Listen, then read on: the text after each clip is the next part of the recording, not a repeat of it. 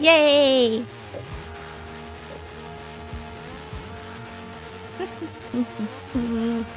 Do the thing.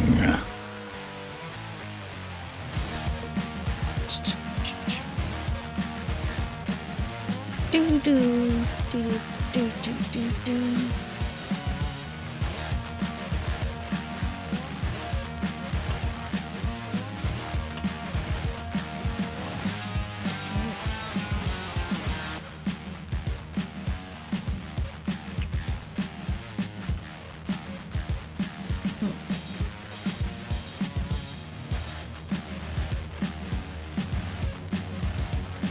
Do do do do do do do do. Ladies and gentlemen, what is going on? We're getting ready for another Wednesday full of weeklies and dailies. That's Yeah. right. We're going to be talking about Mozilla's social network, the death of X11, 16 gigabyte NVIDIA cards, and of course, Raspberry Pis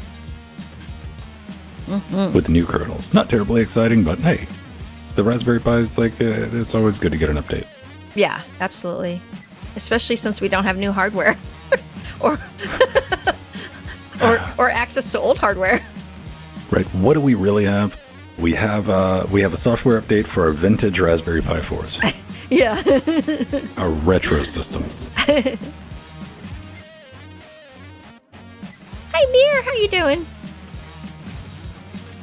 Do, do, do, do, do. And I really do need to, I need to get something with a rock chip in it just to play around with it. There we Do, go. do.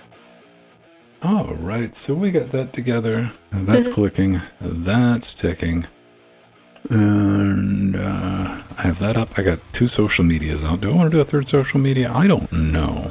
I don't know. Yeah, it's going to be interesting to see what comes up. We're going to be talking about the Mozilla social media thing. And when I first read that, and by that I mean I just perused the URL, right?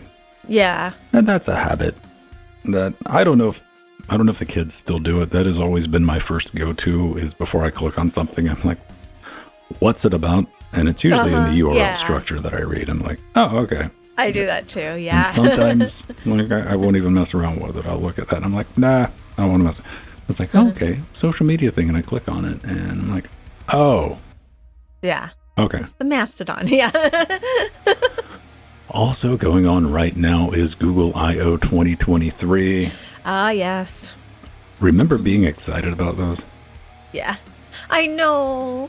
You remember when they had they premiered Google Glass and the guy skydive. flew out of the Yeah. That was those exciting Dude, times. I love that. That made me such a Google fangirl, you know? I was like, nobody knew they were going to do that with the Google, but we knew that they were going to do the Google Glass announcement. And I remember taking that day to be like, oh, cool. I just want to be able to, that's how important Google I/O was at the time. oh, yeah. Like, hey, yeah. These days, I didn't even know Google was doing a Google I/O until I just looked in the Twitter right-hand column. Yeah, yeah. It's like, hey, Google I/O is live. Oh, that's neat. It's funny because they also have a separate Google I/O is for the developers, but they also have kind of mini Google I/O developers conferences as well. So they kind of spread everything out now. So yeah, it's usually Google I/O is in the summer, but this time it's spring. And they will typically, I don't know if they still do it, but product announcements. I think one of the things they're going to be announcing today is the Pixel Fold. Yes. Mm-hmm. Which just made me laugh. I'm like, oh, Google's going to announce another hardware product that they'll drop support for in 1 year. Yeah. Yes. Tis true. Still bitter about my Nexus 10. I know. Oh. The Nexus line in general, I loved. Those were so cool, though. We had the Nexus 7s. Yeah. And those things were great to play with. They were cheap. Yeah. Steven, he was using the Nexus 5 up until a year ago. The only reason we had to give him a new phone is because I couldn't put software updates on it anymore. Right. Yeah. So, but it still works. That phone still works, and I use it to browse the web on. I still have the Nexus. Nexus 10. It's back in a box. I don't have any practical use for it because the supported version of Android for it's so old. Yeah. I used it for a long time, and here's just the RGB switcher tablet that I have on the desk. Yeah. And that's perfect. Yeah, it did a good job doing that. And, I had that for a long time. I replaced the battery in it, which was no small task. And now I just use that Amazon tablet that's sitting in here. That's where the tablets go before they go back in the box. They end up on this desk. They get use. You gotta use them, man. I don't... Yeah. Usually, because nobody wants a tablet anymore, or even like an old phone, because I could just go buy one these days. Mm-hmm. There we go. Now we got a notification going out. Finally, yeah, I booped General because we hadn't gotten a notification yet. Mm-hmm. It always goes out. It's sometimes between the first 5 minutes, first hour. Yeah. Somewhere in there. I remember it came up right when we were doing our intro on LWW a few weeks ago. I'm like, what the heck? I've genuinely watched it come up while Jordan was ending one of his streams. Oh, yeah. Jordan That's right. Yeah. Tune in tomorrow and da-da-da. Oh, there it goes. Then especially the game streams. This seems to be really slow. It's just whenever it hits its cycle. Yeah. We shouldn't... But you know what? You get what you pay for. It doesn't cost anything for that thing to... Yeah, true. Can't complain too much. No.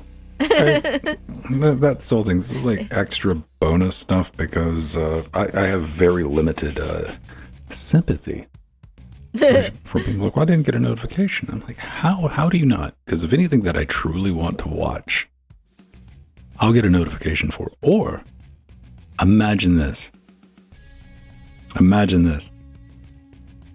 I'll mentally keep track of when it's coming on.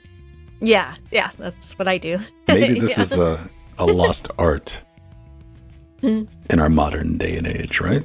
Yeah, absolutely. Like, what do you mean, keep track of the time and date it comes on? No. What? What are you, a wizard? I'm like, no. I actually, for the YouTube streams and Twitch streams that I want to watch live, I have them in my Google Calendar. I take it one step further. I don't go that. It would be like maybe a special event I'll set a reminder for. Yeah. But things that typically come on live, your chance to get me to watch it live, because I just don't sit and watch something being non-interactive. Like I'll have it on in the background while I'm working on something. Yeah. But if I'm walking by, I'll check notifications. You subscribe. That's why I'm not a fan of like when you subscribe to something on YouTube, it doesn't default to all notifications, because if I subscribe to something, I want all of the notifications. It's such a pain in the arse, yes. I don't want YouTube to decide whether or not I should get the notification. Yeah. That's like using Twitter's feed. I just want the regular feed. Chronological from when people post that I follow. I don't want the system deciding what I should and should not see. Yeah. Tweet tech, thank God. Yes. Well,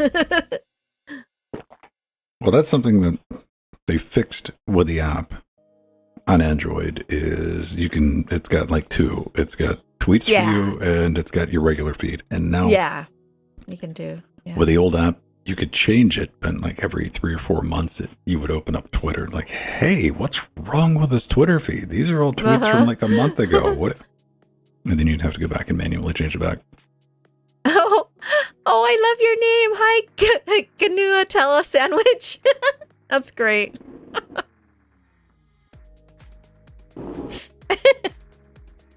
That's an awesome name. That's notifications. just very simple things. But is there any type of social media network or information system that I rely on to give me algorithmically based things? Like, not really. Yeah. Not really. Not that I can think of. I take that back. Maybe, I don't think this counts as social media, but I will usually 2 or 3 times a week, I'll peek in on the my personalized Google News page because I get a bunch of stuff. I'm like, hey, follow these topics. Maybe I'll check that on a Monday. I'm like, did I miss anything? Yeah. But it's never a like go-to. I don't use RSS feeds. Yeah, I used to, but I don't anymore. I haven't needed to. Like, I just don't like missing stuff. You know, I still use old Reddit. Yeah, Reddit's great, yeah. Like, new Reddit is, I don't even know. I genuinely show my age. It's like me trying to navigate TikTok. I'm like, I don't get this. Whatever. Yeah. Be gone with it. But TikTok is much like YouTube Shorts. I'm like, that is absolutely for somebody. It's just not for me. Yeah. It can be very addictive once you get on one topic you like, and then you just keep flipping up and you get another video. It is very addictive, and they're very good about that. The marketing. It's oh no, the to get you into that cycle of what Jill just described is 100%. That's the most common thing. Is like, oh, but it is addictive when you get into it. It's really quick at finding, stuff to keep you sitting there watching it. And yeah,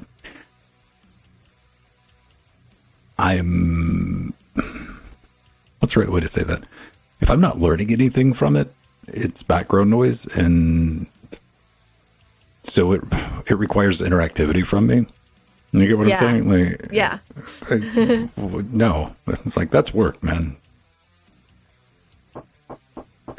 Yeah, a lot of people still like RSS. We have an RSS feed. Oh, yeah. But, I mean, that's like IRC these days. Yeah. I was going to tell a sandwich. I was referring more to the RSS for news feeds as opposed to podcasts. That's a different thing.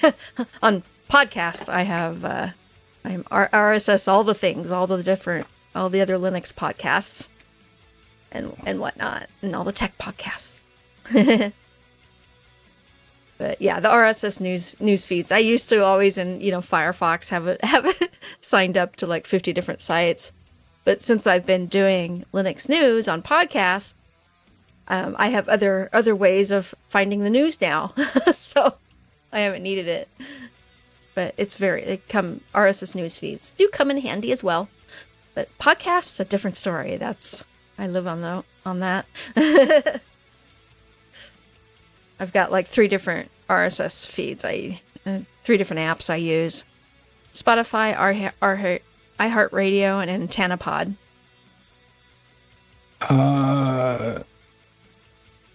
I have one installed, I think, on one. What do I have? It's got a red icon.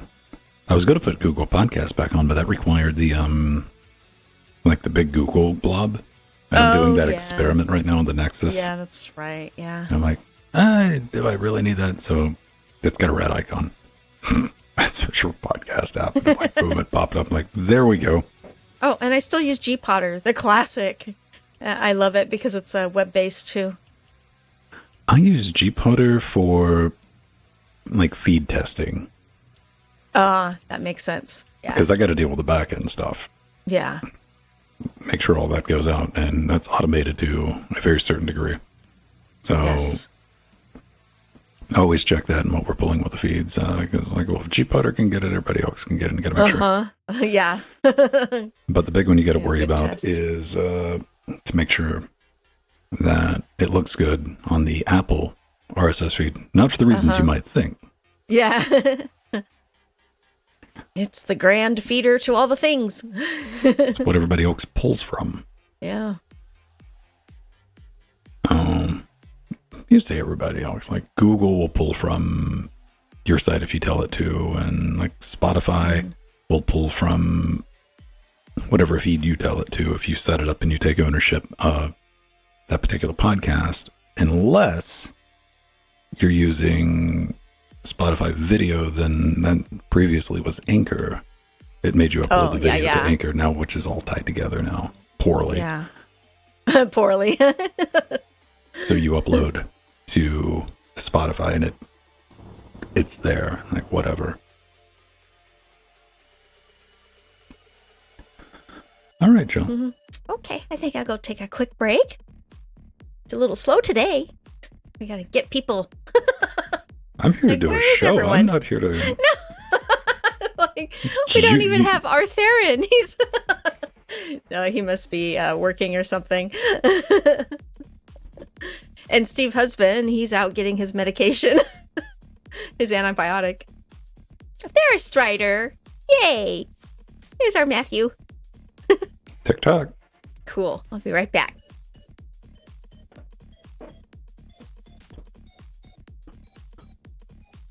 Yeah, we got to get this out so I can push this video out. I got to finish writing.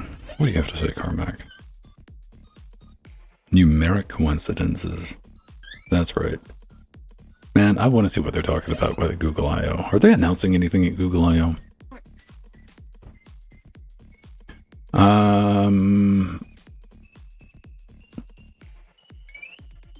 What the absolute... Okay, let's take a look. Let's take a look and see what they got.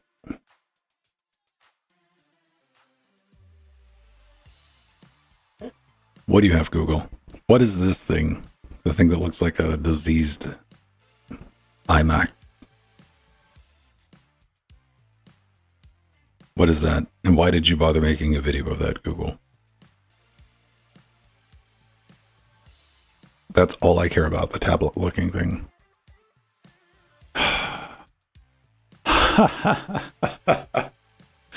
Oh no, look at this. $1,700.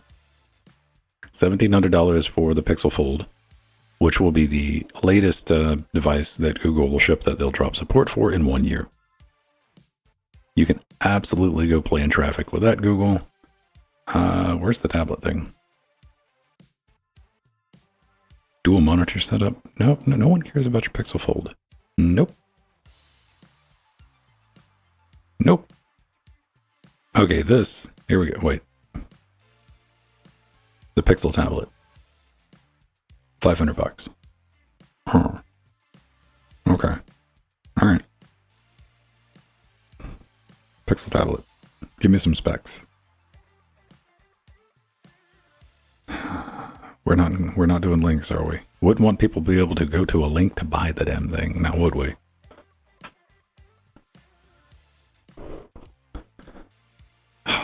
Come on. Pixel tab. That's because $1,700 for a mobile device of any sort is genuinely hilarious.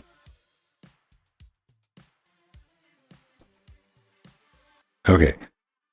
That's Dynafire Engadget. Slightly less than I paid for my Nexus 10 tablet. A speaker dock that turns it into a Nest Home. No. Then it's got cloth on it. 2500 by 1600. 8 gigs of RAM. Okay. That's good. The next tablet I buy is going to have 8 because it took me forever to find one with 6 from a manufacturer that I could pronounce. How big is it? Oh, 11 inch. Huh. Tensor G2 chip. So that means what? That means what? iPhone users are their own special breed, man. Like that's good old school cultish. Some people, I mean, they just buy an iPhone. But you know what? I'm not going to give people... There's a certain subgroup of people I don't give a hard time about spending $800-900 on a phone. When you think about it. Because you might know these people. They might be in your family, friends network, in your circles, in your Google Plus circles. That's the only computing device they have. They don't have a PC. They don't have a laptop.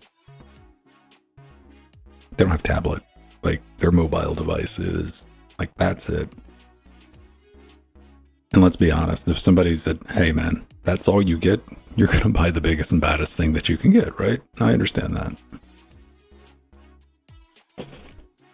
Now, do you need it? Well, that's a different conversation.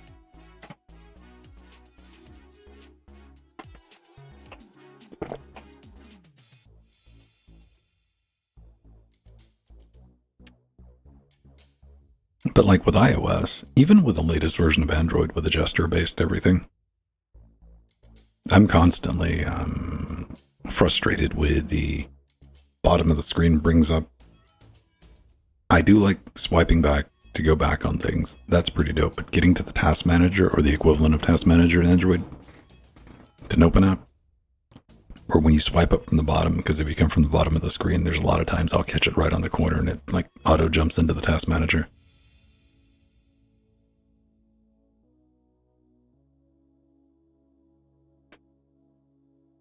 It sounds like a perfectly reasonable response.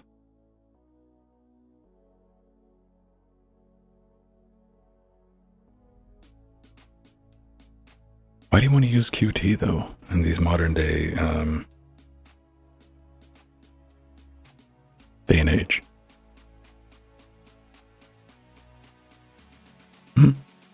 Like, why would you do that? Why would you use QE? I mean, in a world in 2023 where WX widgets and WX Glade exist, why would you use something silly and niche like QT?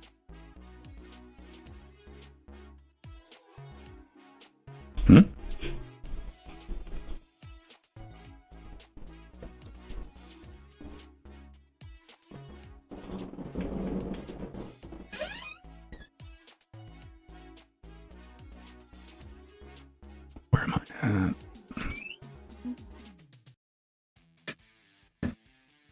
There we go. I know I got something up and I shouldn't. Let's see. Oh, there it is.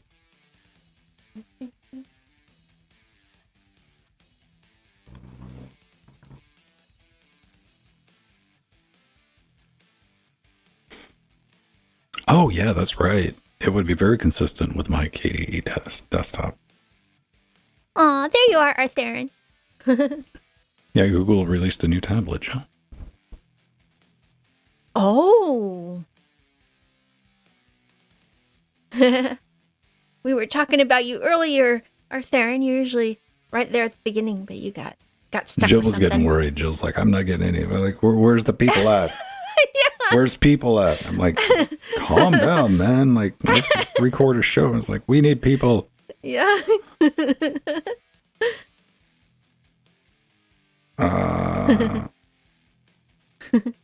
Yeah, sorry, Google. I'm not giving you $500 for a tablet. Again. Oh, blame the trains. Aw. Aw, I'm sorry for Arthurian. Man, I wish we had some type of a rail system in this country. That would be interesting. Mm-hmm.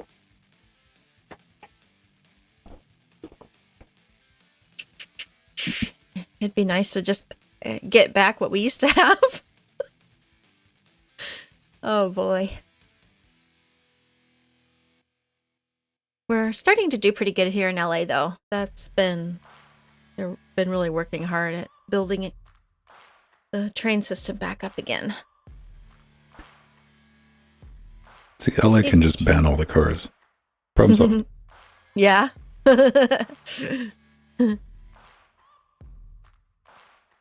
But it was one of the mistakes they made, and they know it. They never should have took out the red cars. That was the old train system. When was that? Oh, jeez. It was like 50s, 60s. Because everyone started driving cars.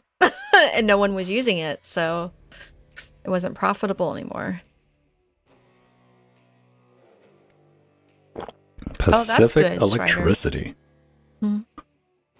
Dates of operation 1901 until 1961. Yeah, that sounds right. Look at all the places you used to be able to go in LA. As long as you didn't live anywhere near Chino Hills, you were just stuck, man. And, Irvine. See, it used to go right down the main drag here to the beach, right by my house. Yeah, right out in Torrance and Yeah. out in Newport. That's how my grandmother discovered Southern California, visiting here from Colorado, and that's how she found out she wanted to move here, and that's why one reason why that side of the family is here is because of that. She came out here and took the red line and went to Redondo Pier and Torrance, and that was the end of that. And she decided this is where she wanted to move to.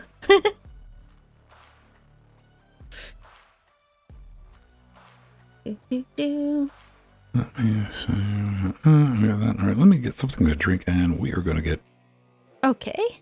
underway. Colorado's fine, man. Yeah, it's too cold for me too. If you ever need to take Strider out and, like, you know, not get charged for, like, murder, just put him outside when it's like 15 degrees without a big jacket. He'll freeze to death. Yeah. Well, he likes it warm like I do.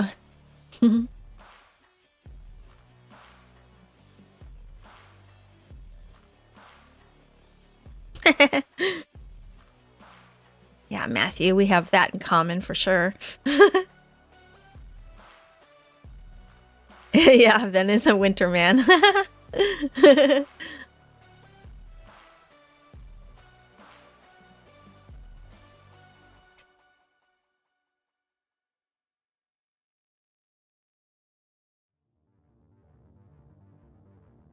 Yeah, that's so good about the gold line. It's been a while. Yay! Yeah. Yeah, it's cold outside. Do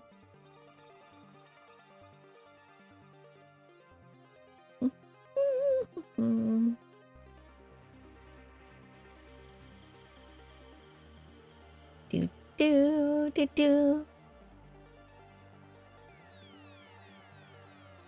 So, what are you up to today, Matthew? Are you doing working on a job, or working on your other job, which is Lutra's, or many jobs? do do do.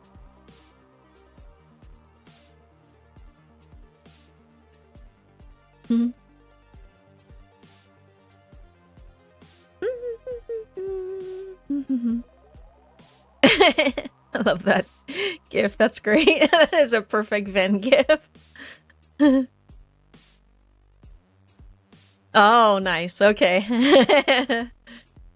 Litra 0.5.13.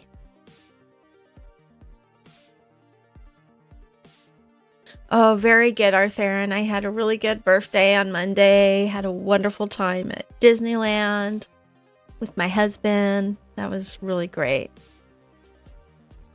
And I got hundreds of people wishing me happy birthday and sending me messages. It was awesome.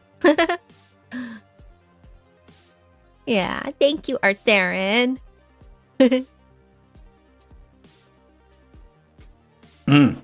not a winter person. Yeah, he liked one of the GIF that Strider posted. It was cute. See, very simple rule. Way easier to get warm than it is to get cool.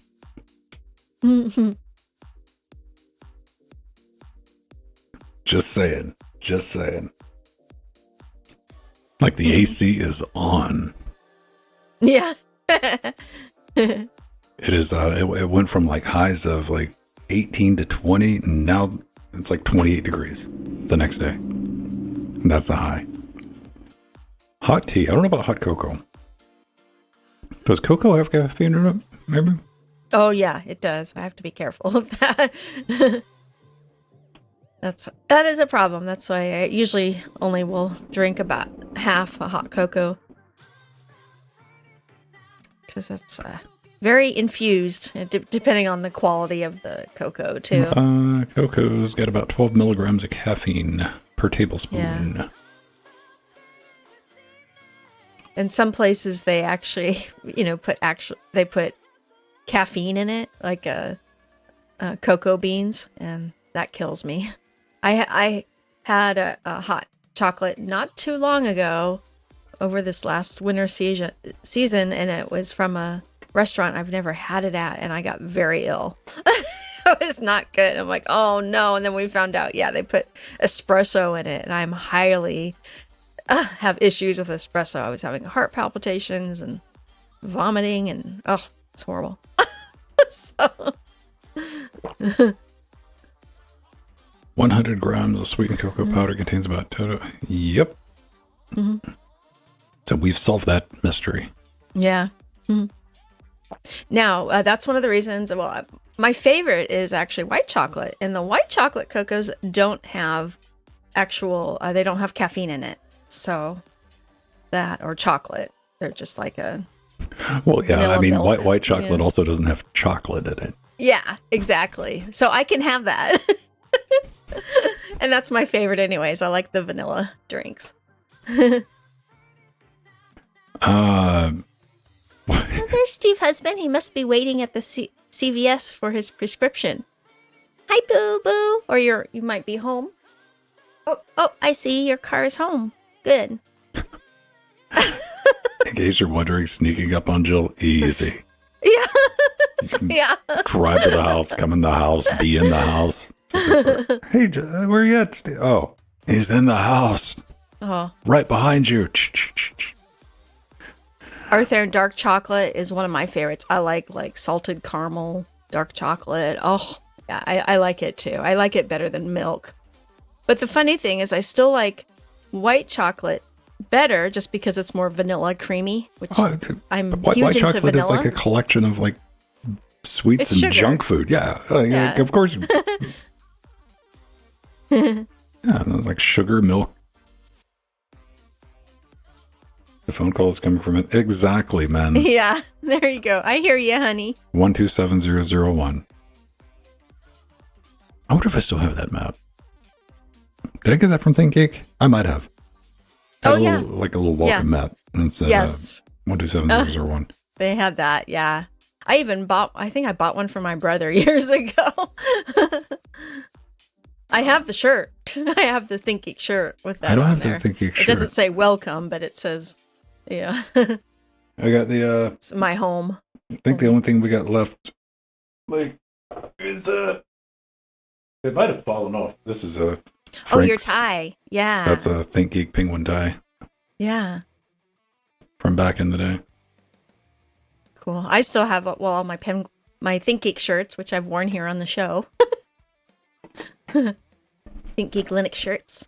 I never got my George Foreman USB grill. I was a little disappointed in that. Oh. Mainly because it never existed. April Fool's joke. And, yeah. Oh, yeah. They used to do that, too. They had some great ones. ThinkGeek that was the crew that was responsible for the Tauntaun sleeping bag that you could crawl into. Oh, yeah. I've seen it. There was a scale where people brought those, and you could lay in them in the relaxation area. That started as a ThinkGeek April Fool's Photoshop that they came up with, and like, that'd be great for April Fool's. Then so many people said, yes, can we have that? And so they went through the trouble of getting it licensed, and they ended up making it a real thing. Yeah. I have the Enterprise pizza cutter. That was one of those April Fools kind of thing. Oh, the little Star Trek pizza cutter thing. Yeah. I never bought that. I have one still in box, not used. It's a collector's item. Just in case. Yeah. All right, let's get underway. Because I got a lot of stuff to write out for a video after we get done with this and I get this pushed out. I want to get it all done today. All right. Sounds good. Let me get caffeinated. I think this is good caffeine. I do that to myself when I make like pictures of flavored water. I'll put like a caffeine packet in the pitcher. Sometimes So it's like RNG because they usually have like 2 pitchers Yeah. ready to go. But I mean, this is me without caffeine. This is me wired up on caffeine. It doesn't. Yeah.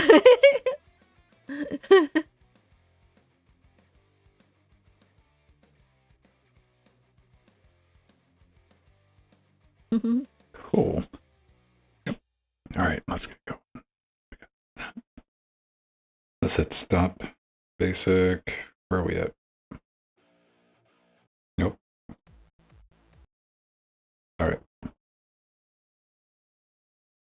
Let's have that in there. Get a recording going. 1, 2, and 3.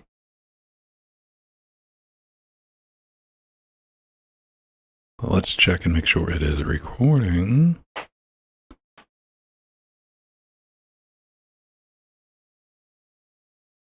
Yes. Yeah, we ran into a weird bug that's reproducible. We don't really see it here, but we see it on Saturday show because we do 4 segments. And it was causing OBS to hang or I had to like restart the stream. Fortunately, I can bring the stream up. Yeah. I can close OBS and bring everything back up faster than Twitch can detect like it being down long enough to like stop the have to yeah. Right. And nice. That's happened for like 2 weeks in a row. And I think what it is like they've moved the DNX HD recording into the simple mode, which I talked about a couple of weeks ago, and I've been using that just to test it. I think one of their settings is off. I got to go digging around and see exactly what they're setting, because I mean it's a valid DNX HD, DNX HRSQ.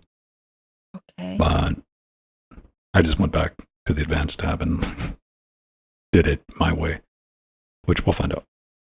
Darker the better. That's right. Yeah. Yay, drummer. Hello, drummer. How you doing? Hey everyone, welcome back to Linux Weekly, daily Wednesdays where we sit back, relax, take that midweek break, talk about some of the fun things going on in the world of Linux and open source. I'm Vince Stone, joined every week by Jill Bryant. Everybody watching us live. Jill was worried. She's like, people are not here. Where are they at? Yeah. I'm like, man, people are busy. People show up. People show up because we do this show live every Wednesday at 3 p.m. live on Twitch, twitch.tv/Linux Gamecast. And right out of the gate, I'm going to put something up. If you follow me on social media, you know that I've been working on Firewire Audio and Linux, like a compressed, like nice little 5-minute video. Like what works, what doesn't, how do you make it work, and what should you look for, what interfaces are good, and what like Firewire PCI Express cards you should buy. And I got the rough draft together. I got that together, and I'm going to click a button right now. So if you're in Discord, there it is, Firewire Audio on Linux preview. I just posted that in our announcements thing, and for patrons, that'll be up when I post the show. Take a look at it. Let me know what you think. I value your feedback, and if there's anything that needs to get changed or mixed around, let me know in the comments on Patreon, or just leave a comment in our Discord. Also, you've been thinking about getting a Firewire Audio interface. You're like, yeah, that's a really great deal. That makes a lot of sense. Especially since we talked about it, when was it, like 2 weeks ago, Joe? Mm-hmm. Yeah. That we're going to be good for like guaranteed the next 6 years. We're going to have that support in the kernel. And you're like, okay. I have my recommendations. And if you're in the States and you're going to be getting some off Reverb or eBay, the next couple of days for this video goes public is the time to get it. Because I've observed this effect. Anytime I do an interfacing Linux on a Firewire audio interface, because there's a limited supply of them. There might be 6 for sale at any given time, which is a lot. If you are just like looking for, it's like Jill's like, oh yeah, I want one. Oh look, there's 6. I got 6. That's a plenty of choice, right? Yeah. Not if there's 7 people. Yeah, true. 6 isn't a lot when you think about it. If the entire like available stock is 6, it's great if you're the only person out like looking for one. And of course, more will show up in time. But you know, we always want that. Like, oh, I want it right now. So that is your little bit of pro tip. Jill is a year younger. Is that what people say? They go, yes, I'm a year that's younger. Nice, Ben. Then you wake up in the morning and you're like, no, I'm not. Oh, gravity is catching up to us.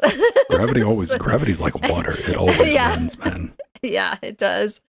So yeah, I had a wonderful birthday on Monday with my Steve husband at Disneyland.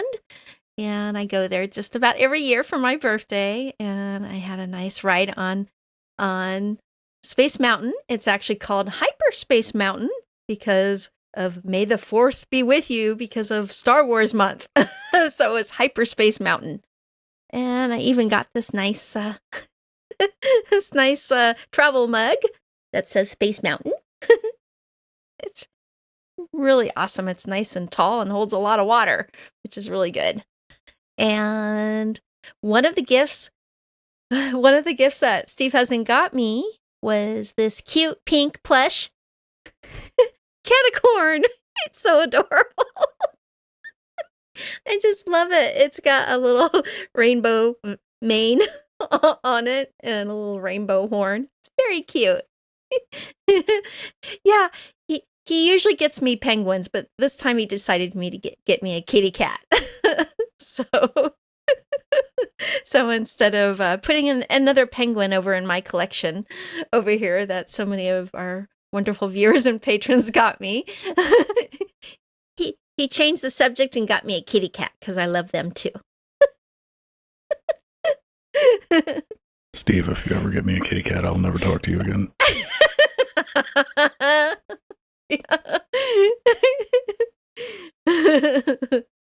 I'm glad you like it. You had a good time. Space Mountain, was it too crowded?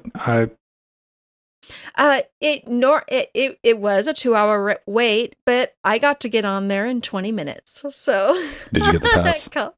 Yes, I have a magic key. I have an annual pass holder, but also because it was my birthday, and the cast member saw, "Ooh, it's your birthday," and I got cut in line, which was nice. Oh man, that's awesome to do on your birthday. I like being like, hey, people that have been here for hours, F you. Yeah. That's always a good birthday awesome. present. Yeah. So, a couple of things to talk about this week, and I was kind of excited. We were talking about this in the pre-show. Go back and listen to that if you're a patron. But the URLs, it's an old-timey thing. You might notice if you use Chrome, it takes a minute. Before I click on something, I have a habit of like mousing over the link, and I instinctively go down to look at the URL bar to see where I'm going. You know, what does this expand to? Yeah. And that drove me crazy in the early days of Android. Now on Android, you can long press and it'll pop up and it'll say, hey, this is where it's going. And reading the URL, and I saw one that's like, oh, Mozilla Social. I'm like, ooh, Mozilla's doing their own social network. Fascinating. And, well, Jill, I think they're participating in a social network. Yes, they are. So, Mozilla announced at the end of last year that they were getting ready to create a Mastodon instance for the public. Yeah, it's become all the rage, of course, since after the Twitter fiascos. But things have kind of mellowed out now. But what's really cool is you can join a waitlist to get on Mozilla.social. And I joined the waitlist a few days ago, and I haven't heard back yet. And one of the reasons why Mozilla is doing this is they believe that the potential of the Fediverse is bigger and broader than Mastodon alone, but that this is a first step to a decentralized network away from corporate-controlled social media. But personally, I am hoping Mozilla will eventually create their own app for Mastodon with hopefully easier discoverability and search. I mean, they could create an awesome app for Mastodon. That would be awesome. And, who knows? They may very well be thinking of that with the waitlist in mind. But I think initially it's just to join their network, but they might create an app later. Who knows? It looks like they're thinking about the Fediverse more and more, which is awesome. That's kind of interesting. I was a little depressed, though. I was a little depressed because I didn't read the entire thing, and I just saw Mozilla Social. I'm like, oh, what are they going to get up to? Like, oh, they're doing a Mastodon. I was like, we have one of those, mass.linuxgamecast.com. We sure do. Thank you, Civic. I know nothing about it other than I just like, sure. And, we posted, opening their own Mastodon instance to the public, that's kind of neat. They want to have like a very like tight lock and key, which is one of the fascinating things about Mastodon is, it's more attuned to independent groups. And that's also one of the problems with Mastodon is getting everyone from their own little silos connected, Yeah. And they're like, we're going to be like very like structured, because if you don't have rules, the worst of the worst always show up. And they make it a point of that in this post. All this is going to be in our show notes, but you can't apply. I didn't apply because we have our own Mastodon instance. Yeah, I know. I'm good. I'm going to have to create another account if I want to join it. And I've been on Mastodon for quite some time. I understand how some of it works. Yeah. That's about where I think I fall in the vast majority of it. Like, I get it. I think Mastodon's biggest problem is that everyone wanted Twitter, but not Twitter. Yeah, exactly. Right? They wanted Twitter without the bird on it. Yeah. I'm like, okay, all right. Speaking of that, I'm still waiting on my Blue Sky invite. If anybody has one of those, speaking of like Twitter without Twitter, like. Yeah. Yeah, we're waiting. We're waiting for someone. There's opportunity right now for that. Yeah, it's somebody's going to step in and fill that space. But, I think like one of the really fascinating things that I found like very recently is seeing that some you would suspect, but other people that you wouldn't suspect have very unhealthy relationships with their social media platforms. Yeah. Like people, it's a website. No more, no less. There'll be others. We've watched them come. We've watched them go. Watch them go. We've been Google around Plus. a long time. Right. Like it's going to be the next thing. It's going to be the next thing. It's going to be the next thing. Yeah. But then again, some of us, we got stuff to do. Yeah, like I'm exactly. At some point, you should grow out of being angry on the internet. But here's something to get angry about on the internet. Depreciated functionality. I saw this making the rounds earlier this week. Oh no, Red Hat is going to get rid of X11. Kinda. Kind of. This is the updated documentation, and Xorg will not be included, in fact, in Red Hat Enterprise Linux 10. However, it's going to be supported in RHEL 9 until 2032. Now, that's going to give companies and, anybody running it almost a decade to make the switch. And kind of proves my point. I've been saying Wayland's only 10 years away. Here we go. There it is. Mm-hmm. And you got to remember, though, the Xorg server, that's what's going away. Not the ability to run your X11 applications via X-Wayland. That's still going to be around, so don't panic. Mm-hmm. But you are going to run into applications that have issues that are not quite optimized for Wayland quite yet, like OBS, or ones that just straight don't work, like Barrier. That's another problem. And, RHEL workstations, they're not uncommon. I was talking to my buddy last night. He's got a science lab. He's got a couple of workstations. I'm like, yo, what do you think about this? I just wanted to get his feedback for the show. And he's the one that brought up Barrier. And I'm like, I know that program. I run it. He's like, yeah, it doesn't work with Wayland. We're not going to mess with anything. And typically, like with Red Hat Enterprise Linux, they're not desktop workstations. That's back-end stuff. But it does exist in academia, media production, and places like that. But do you think, Jill, in 10 years, we'll finally have XFCE for Wayland? Yeah, I think that's coming. They have actually talked about it. Yeah, it's the X Windows under X Wayland, they're planning to make that work. So with also one of my favorite window managers, Window Maker. So they've a lot of the developers have been talking about that. And, I actually wasn't surprised by this because, I'm also a Fedora user where Wayland was already the default display server. And then you would have to exit out into the login menu to go back and switch to Xorg. So that's been around for a while. And a couple other distros have been doing that as well, including Ubuntu. And it's also, as a Steam Deck user whose default is Wayland and Arch, it's just right now the distros are moving in that direction, and it makes sense. It makes sense. I think it's gonna be a while till everything, like Ben was saying, till everything is completely stable and works. All our software we like to use, but it's definitely coming. And something also interesting about the article is that Red Hat is also deprecating IP set and IPTables tag IP NFT. tables, yeah. Yeah. So that's actually a really big deal. And as a replacement, they say use the NFT command line tool provided by the NFTables. So not IP tables, but NFTables package.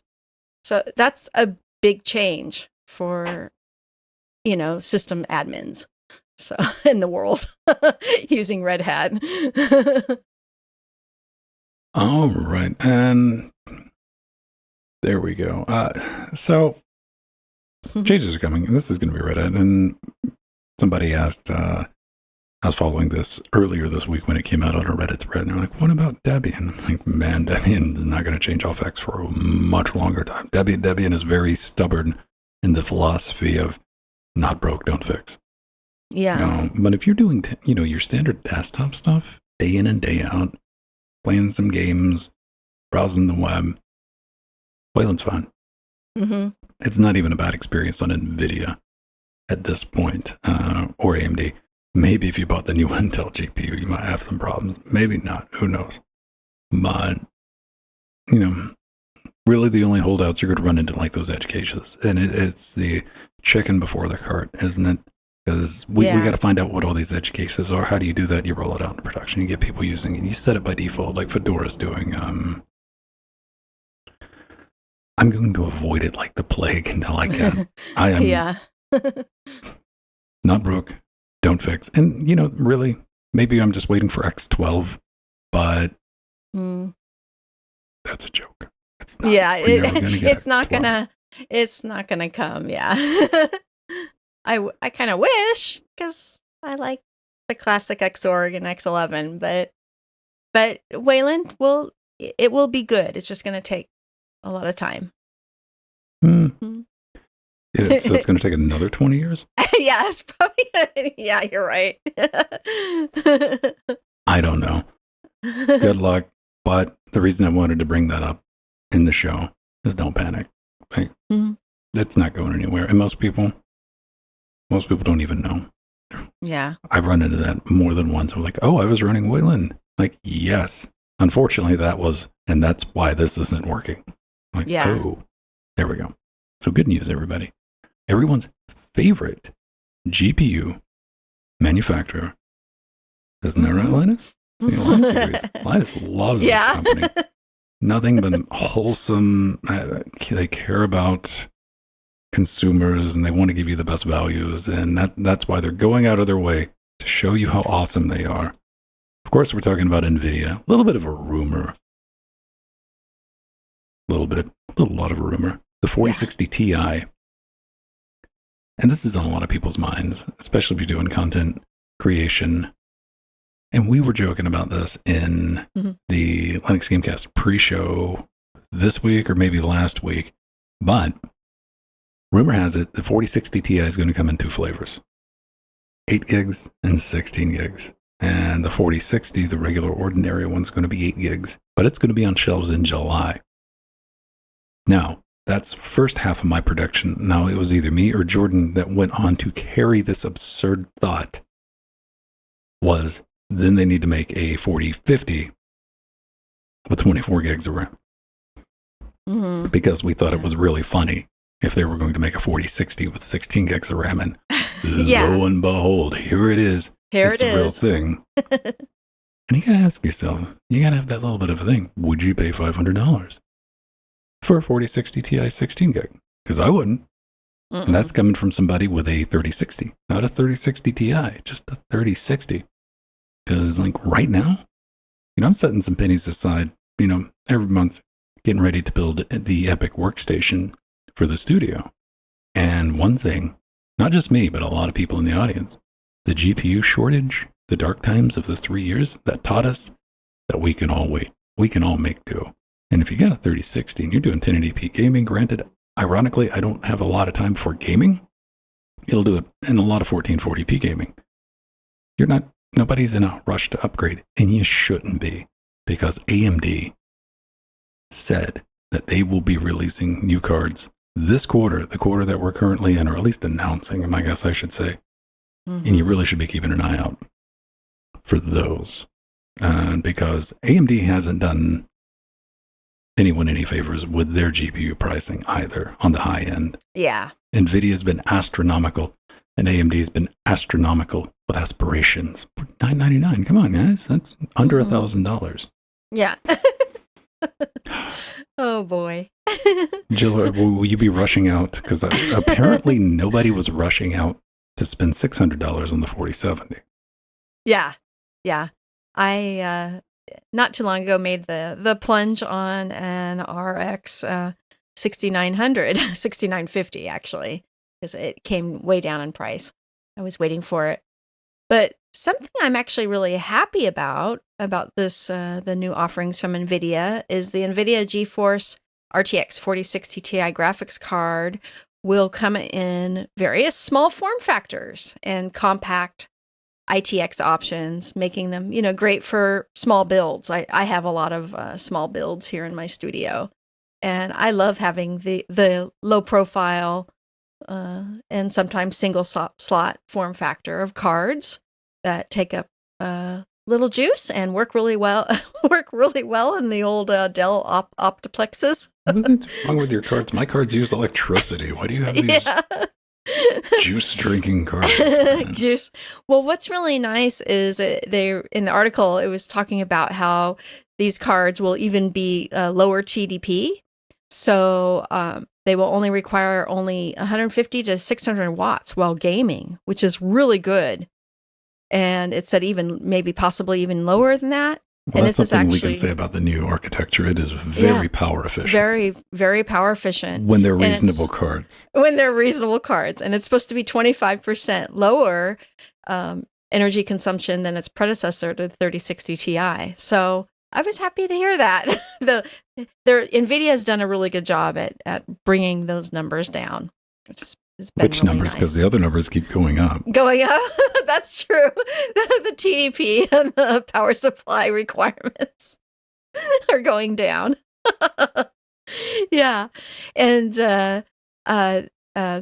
this card also has 32 megabytes of LT cache on board the GPU, which is actually an 8 times increase over the GeForce RTX 3060 Ti. So that's really nice. But I noticed that in the regular NVIDIA GeForce RTX 4060 Ti cards, it's going to be 24 megabytes, not 32. So that's the difference there for L2 cache. And honestly, with how successful the middle of the line 60 series of cards have been in the past, like the popular GTX 1060 that I used for quite a few years before I got a 1080, the 2060 and the 3060, it is actually, really smart for NVIDIA to offer both memory options, an 8 gigabyte version and a 16 gigabyte versions. And my thinking today, it's 2023. And by now, shouldn't the default be at least 12 gigabytes for all the models? I mean, come on, NVIDIA. Just saying. Not thinking you should pay more for them. Yeah. Because I get, often a lot more RAM, a lot more gigs of RAM on my AMD cards than I do the, comparisons with the similar NVIDIA cards. So it makes 4K gaming better. So. I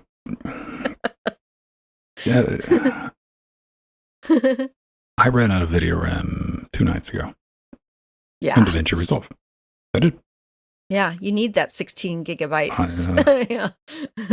Do I need it? No, I don't. Because I know how to work around it. That's what I'm talking about. Learning about patience, finding, would I like 16 gigs? Yes. Yeah. Would I like 24? Yes. Could I use 24? Sometimes. Most of the time, not really. 16 would be a nice spot. That was one of the reasons I was interested in the Intel Arc series, shipping with 16 gigs for $350. I'm like, that is a very good value proposition.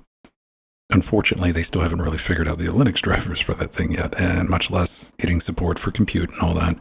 They're very much with the AMD approach of like, you need to install this particular operating, version of Ubuntu made on, the third Wednesday of this after 4 p.m. And like, I don't even want to mess with that. I don't even know if it works with DaVinci Resolve under Linux. So, got to keep an eye on this. This is $100 more. The value proposition is if you could give me a 12 gig 4060 for $400, I'm not even interested in that. Yeah. I'm not, because where's the big jump? Like, it's more performant than my 3060 by a bit. But the cool stuff that I want to play with, that would make it worthwhile for, people watching the show or stuff that I'm making for, educational stuff. The things that I would spend the money on, like there's the AV1 encoding. Yeah. That's in beta on YouTube. It's not available on Twitch, so I can't really leverage that in a buying decision. The UNV encode's a little bit better, but like, do I need an entire card? No, the one we have right now in the 3060 is just fine. So, I don't know. I just got to go back to the interesting move. If you've been thinking about, maybe you've just completely held off on the 30 series and maybe you have a 20 series, maybe you get a 2060. Wait until AMD. If you get a 20, and if you're just getting something for gaming, maybe a little bit of streaming, you can probably get away with the AMD card. Yeah, wait until AMD's announcements to see how all this plays down, because AMD's got a really good opportunity, because nobody is serving the $400, lower $500. Yeah. Nobody's doing the $300 video card. You used to be able to get a pretty decent video card for $300. I know. Not so long ago. We're talking like 6-7 years ago. You get a pretty decent video card. Yeah. Now that doesn't even service you well on the low end. So I'd like to see AMD take advantage of this. Intel tried to take advantage of this, but the Arc series, maybe Battle Mage is going to be better. I want Battle Mage to get better. I never thought I'd be rooting for Intel in any way, shape, form, or fashion, but here we are, because this duopoly that we have with GPUs, it's not healthy, because we've seen what it has led to. There you go. Yeah. There you go. If you want to help us buy hundreds and thousands of GPUs, you can do that. Head over to linuxgamecast.com. We got a support button. Become a patron. Buy a shirt. Kick us some white, stinky cash on the PayPals. We got wish list. We got, I hear Bitcoin's not worth anything, send that to me. I'll convert it to studio equipment. All the fun things. We appreciate your support. And as I said at the beginning of the show, if you're a patron, you get access to our Discord.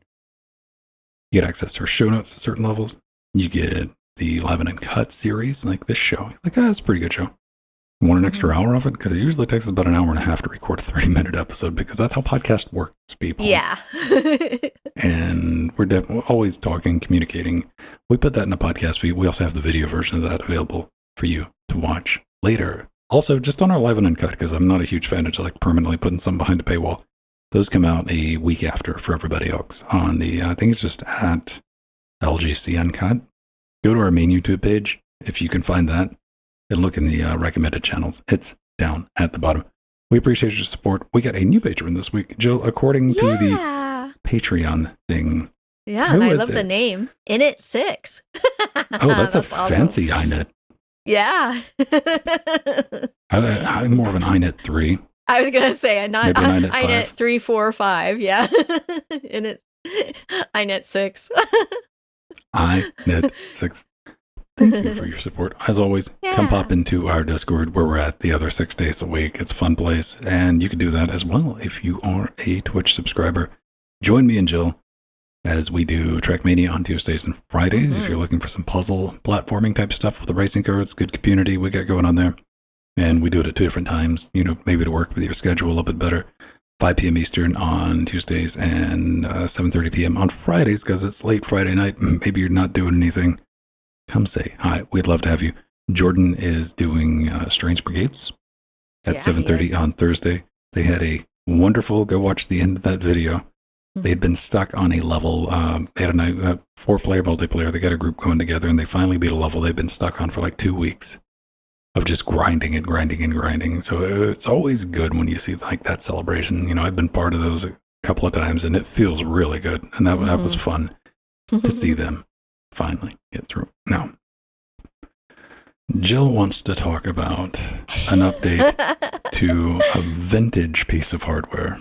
Retro hardware that you might have sitting around the house. But it's always good when like your retro hardware gets updates. Yeah. So there is a new release of the Debian-based Raspberry Pi OS available to download, and it arrives with a new Linux kernel 6.1. So, of course, this is for all of you out there who have Raspberry Pis. Yes, Ben is right. Some of them are considered vintage because you can't get a hold of them now. Old or new ones are difficult to get a hold of. That makes them more valuable, Jill. Yeah, it makes them more valuable. It does. Man, all right. This is why I laugh at you people. I lovingly, but I still laugh at you people. I was watching Pink Gorilla Games. They're a game store in Seattle. Oh, and they do vintage games. And Cody was doing like a shopping stream at the end of the day where he'd bought a bunch of stuff. And he's like, I have this one copy of like some old game, right? And one person goes, oh, yeah, I want it. And he's like, and I have another one. They're like, oh, I don't want it now. Yeah. Oh, yeah. Because it's not valuable anymore. I was like, all right, I still love you guys, but okay. Yeah. What we're saying is, you know, if you're an old timer like us, you got a nice vintage Raspberry Pi, or if you're a big baller and can afford a $200 Raspberry Pi 4. Oh, yeah. Power to you. I was happy the last Raspberry Pi I got was my Raspberry Pi 400, and I've been loving it ever since because that's all I've been able to get ever since. So, but what is nice is now, yes, we have Linux kernel 6.1 available. The older versions of Raspberry Pi OS used 5.15 LTS. So this is a really big jump. And the newer kernel offers improved hardware support, new drivers, performance boosts, and better security. And it also includes new gamepad support for the Hori Fighting Commander 1 and the 8-bit Do Pro 2 wired controller. I know a lot of people in our community use those controllers for gaming. So that's really good to hear. I remember the SSH login to the Raspberry Pi in the rack. Oh, wow. Okay. I've been sitting here this entire time just brute forcing it. I'm like, it's one of these. I never log into it because it just runs the Bitforce Companion web server for the Stream Deck. And I'm like, I finally found it. Nice, Ben. Not to interrupt, but there's my victory celebration. Oh, that's great. See, live in real time, Ben is doing it. So, and this update for the Raspberry Pi OS also features updated software, of course, including Chromium 113, Mathematic 13.2.1, MATLAB 23.1.0, and the Raspberry Pi Imager 1.7.4. And there is also an updated VLC hardware acceleration patch, which should deliver better media playback. That's actually a really important one. And there's a new Raspberry Pi firmware, updates to library camera apps, which I know Ven uses on the Raspberry Pi, and Pi Camera 2, which includes EXIF date and time tags. So a lot of huge quality improvements. And all you got to do now is open the terminal and run sudo apt update and sudo apt dist tac upgrade to upgrade the OS, or just download the latest ISO and flash it on an SD card using the Raspberry Pi Imager. SD card? Easy. Who uses an SD card with a Raspberry Pi? I know. I SSH and do it online, so to do updates. I got an SSD in this Raspberry Pi. Mm-hmm. Running at the speed of USB 3. Why? Because it's a vintage piece of hardware. It doesn't have an M.2 slot on it. I just checked because I don't run Raspberry Pi OS on my Raspberry Pi. I run Companion Pi. Companion, cool. For the BitFocus Companion. It's already at kernel 6.1. Mhm. I was like, all right, that's neat.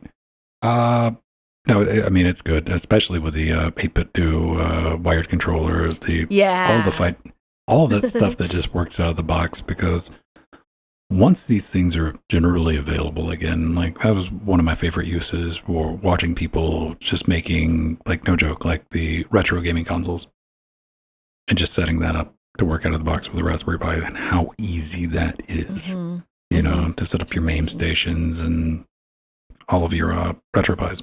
So, Retro Arch. yeah, happy to see it. All the good updates. Still waiting for some new hardware from Raspberry Pi. I got faith in you. Bring it back. Prove me wrong. And Yeah, look forward to playing with it. But absolutely. we got to get out of here. Okay. Jill, it's been 34 minutes. It's been fun. We covered a lot of stuff, and we will see you next week. Here's that. Time to thank all our beautiful patrons. Here it comes. Extra ounce. Ooh, I like the music. I love the new music. Do, do, do, do. Yeah, that's bouncy and happy. It's as fun as our last theme. I don't know. This makes me want to go roller skating. Not like rollerblading, roller skating. Thank you to our advisors. And that includes our Theron and our beautiful executive producers, our Chicago Kicks level, our sea monsters, and all the wonderful Death Notes. And to all our wonderful chairlings. I had to remake these credits because I wasn't paying attention to the show number, and this is episode 374. But you know what? Yeah. my lizard brain was looking at the show notes for Linux Gamecast Weekly 560. Oh. Is what was open in the show notes tab. So the lizard brain saw the number. So that was the first set of credits I made when I came in here. It was like, oh right, that wrong makes episode. That's not good. All right, everyone. We'll see you next week. Bye. Bye, everyone. Love you all. Thank you for watching. Aw, thank you, Steve Husband. I'm just happy he got home in time to watch it. Steve, it works both ways, man. You can leave the house. She'll Yeah. like, what? Yes, where you you can. Yeah, I love the new music. It's even faster paced and bubblier than the last theme. Oh, I can put you in charge of making a new 3D animated intro for it. How about that? Aw.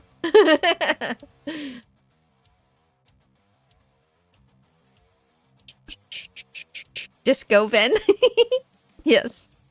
So I have an existing. Where are we at with the? Oh man. Oh, there it is. Hey. Mm-hmm. There we go.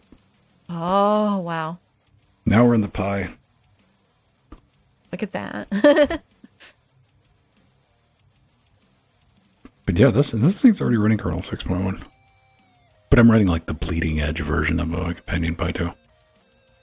So this is all this Raspberry Pi does, everybody. It just sits here at effectively zero load, doing nothing. Wow. Maybe if I press a button here, let me press a button. There we go. Now it's doing something. I had to think about that for a minute. There. And then some. Oh, yeah, Arthur. I do have an 8 gig Pi. That actually, I had picked it up just before the Raspberry Pi 400, before the prices went crazy on them. Oh my gosh. Yeah, I got this 8 gig Pi. I paid $120 for this 8 gig Pi, everybody. Yeah, which I only thought, 120. Which I thought was a little bit ludicrous at the time when I picked it up. But, I mean, not like crazy ludicrous. Why? Because this Raspberry Pi 8 gig came with power chargers, cables, clips, an entire, like 2 cases. One big chunky case was a multi-piece case, and like a little smaller, like cheaper looking case. And like memory heatsink type things. And like it was a big box kit for $120. It Yeah. Had all the bells and whistles. had everything. It was a Cana kit. Mm-hmm. Yeah. Oh yeah. Kona kits are great. I love those. I had bought one of those myself. In fact, that's what we used when we did an install fest for the Linux Chicks LA. I had a lot of our Our members buy the Kana kit. Now, how much is one of those today? Oh gosh, I haven't checked in a while. Oh, actually, that would be good to check. See. Well, let's see what old Connor kit's going to run us these days. I mean, they're going to run you the price of currently unavailable to currently unavailable. Yeah. I'm on their website too, yeah.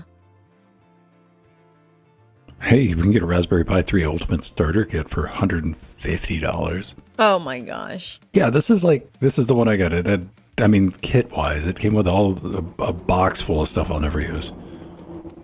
And,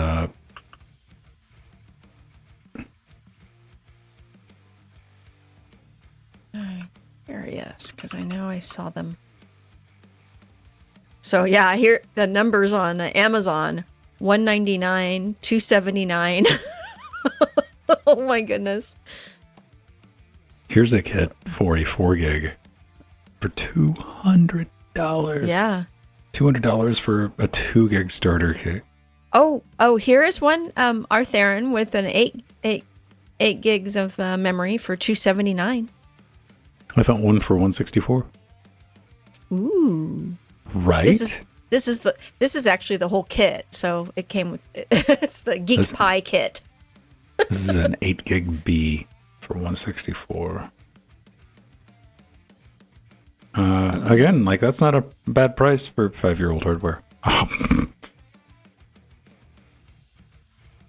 It's available at Best Buy. $174. Yeah, I saw they were available at Micro Center too.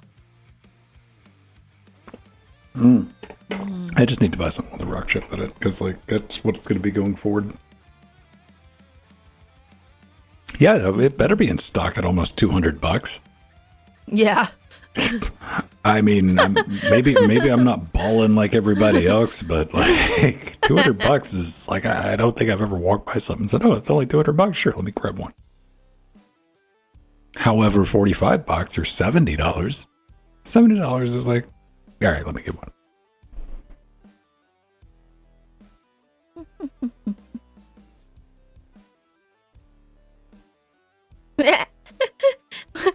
What's this, Boo? Let me see. Oh, I would have to make the bunny red, I think.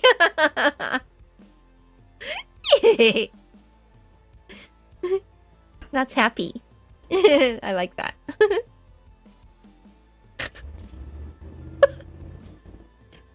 Also, I want to give a big shout out to the Jitsi development team. Uh-oh.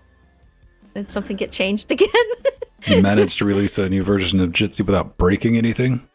Ah, very good. Good on you lot. Very good. You didn't have to edit those configs and all find I where had they to do moved is stuff. the one thing they do every update is they re-enable the watermark. Oh, yeah. You know, typically it would be like in your Top upper left. left-hand corner, Yeah. it would say like Jitsi or something like that. Yeah. And like we can change, you know, you can put anything you want up there, but you got to go into a config file and that thing's buried. And you got to just comment that one little thing. They take that out every single time. I'm like, come on, guys.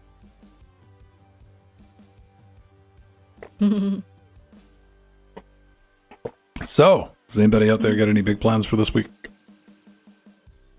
Yes.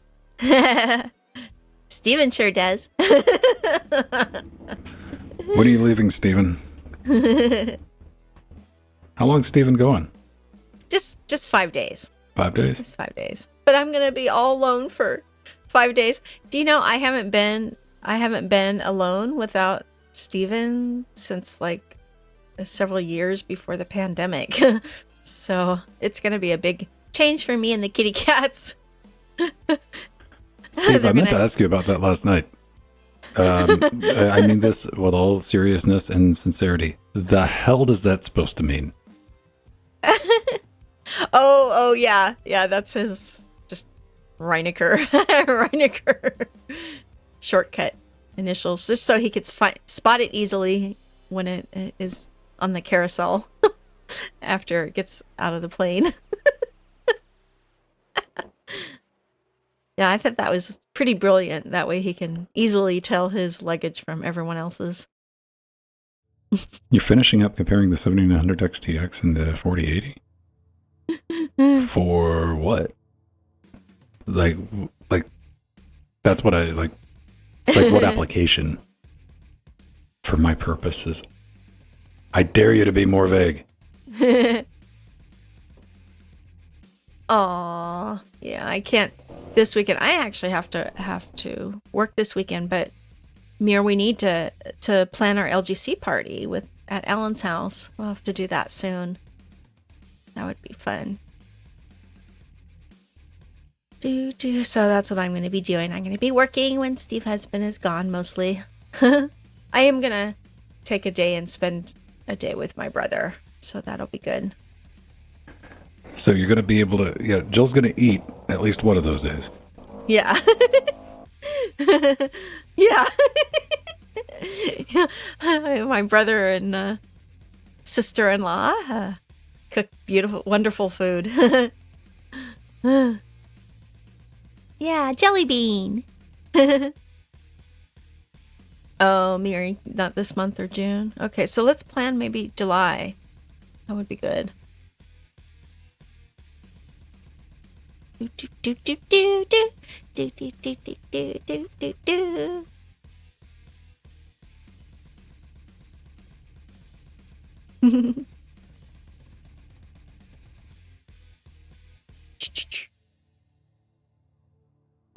Yes, boo. I'm just gonna be doing my usual ordering DoorDash or Uber Eats or something. No, I've got actually a lot of food here, but I'm gonna treat myself too. I'll probably walk to the mall at least once and get some good food. Go to the Mediterranean place I love.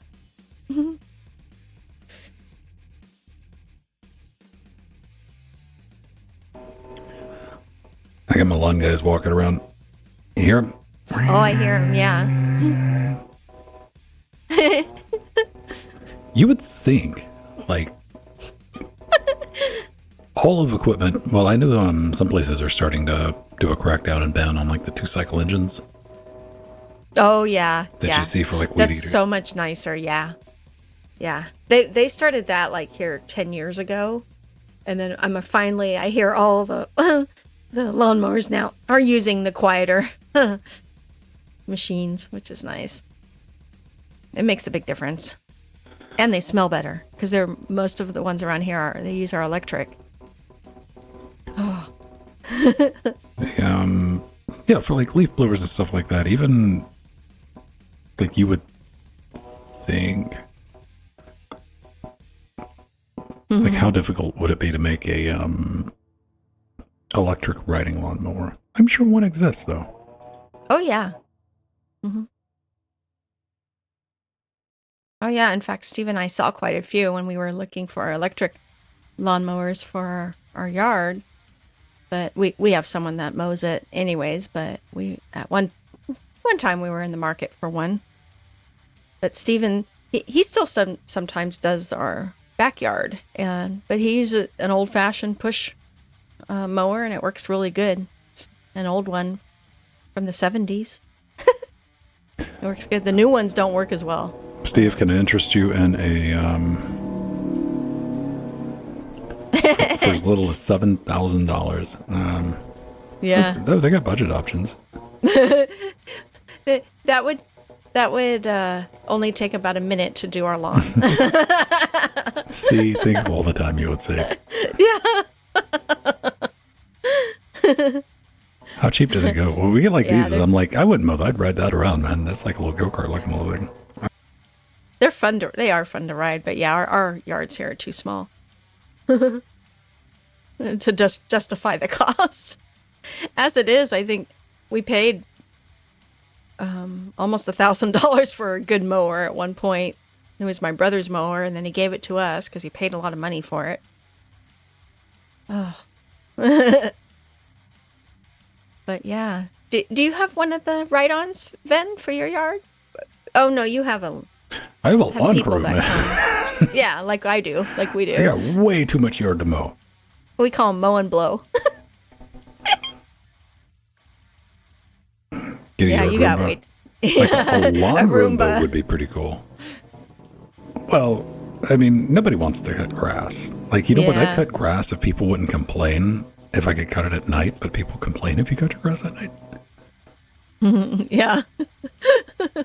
No, I'm surprised. I don't know how much a riding, but like $3,000 for an electric riding lawnmower seems Yeah, outrageous, it but seems a I would little. much rather, like, I would pay extra if that was an option to like have like silent, like, Yeah, yeah.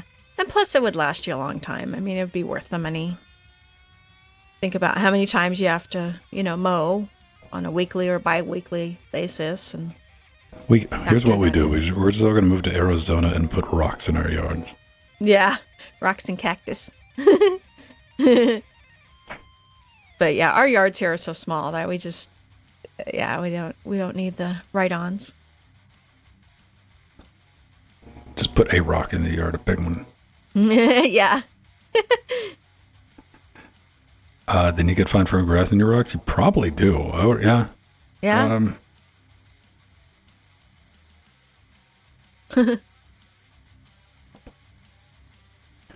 I don't know. I've always wanted one of the, like, I didn't really have to use it. I just got to play around with it. Buddy's got a pretty small place with his lawn, and he's got one of those human-powered push mowers. Yeah, that's what Steve likes to use. Yeah. You just push it, and I mean, it's no engine or anything. It's just blades. You push it. Yeah. 100% human-powered. Yeah, that's what Steve does in the backyard, because we don't pay for some in the backyard. We just have him do the front and in the bushes. Because he likes to do it. He likes the exercise of doing it, and it doesn't take too long. No, we do have an HOA, but ours is voluntary. So we don't have the horrible restrictions that others do, and we can do whatever the heck we want with our yards. So the only thing they ask here is when you're remodeling not to make, the big monster mansions next to a cute little cottage house. They're not allowed to do that. But everyone is in agreement on that, so that's not a big deal. What if I want to build like an Isengard-sized tower? Nope. That would be against city code. What if I got a bunch of orcs? What are they going to do then? Yeah, we have height restrictions here because we're near the ocean. And, but we have a great HOA, but again, it's voluntary. We think give them like $50-$100 a year or whatever.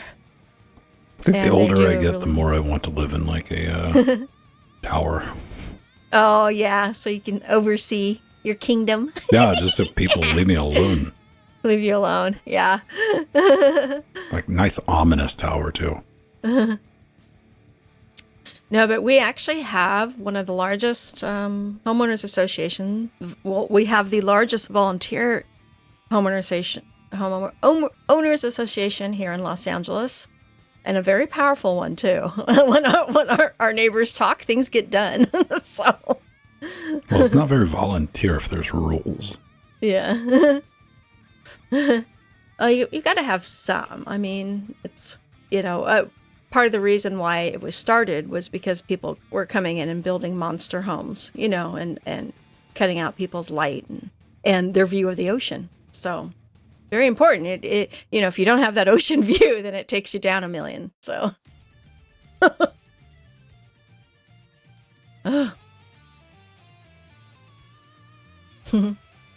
But no, it was started in the 60s. So.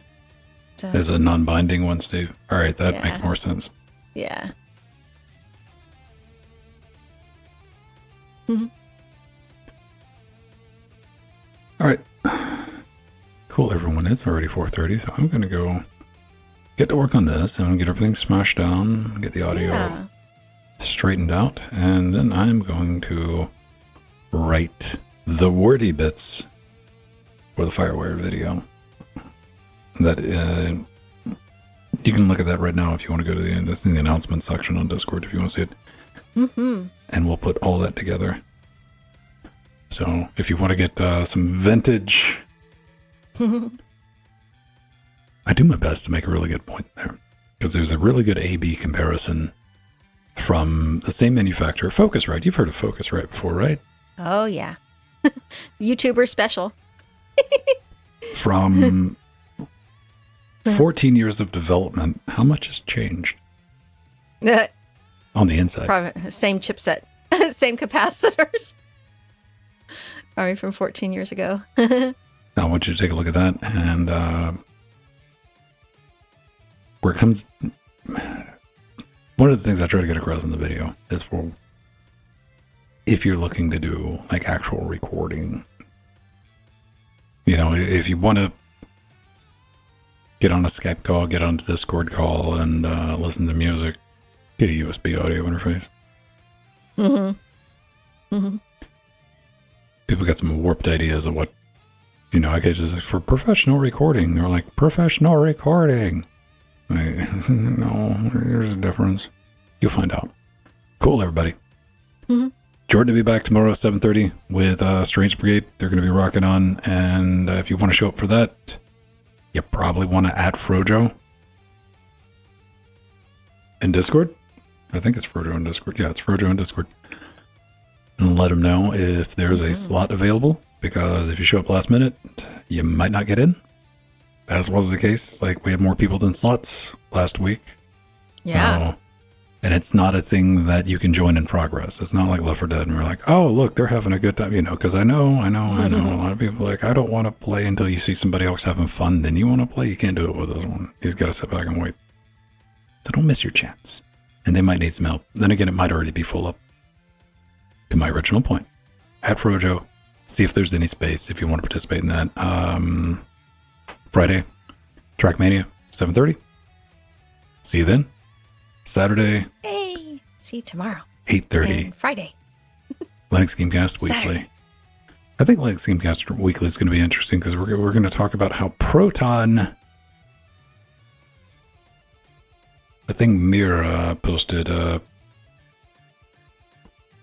Proton inadvertently helped destroy the Activision. Oh, yeah. Microsoft deal. I saw that article too.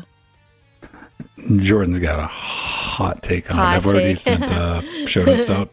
So if you have access to our show notes, you can go ahead and read Jordan's hot take. Yeah. Cool. Enjoy the rest of your Wednesday, everybody. Rest of the week if I don't see you until next week. And yeah, get out there. Make something cool. Let us know about it.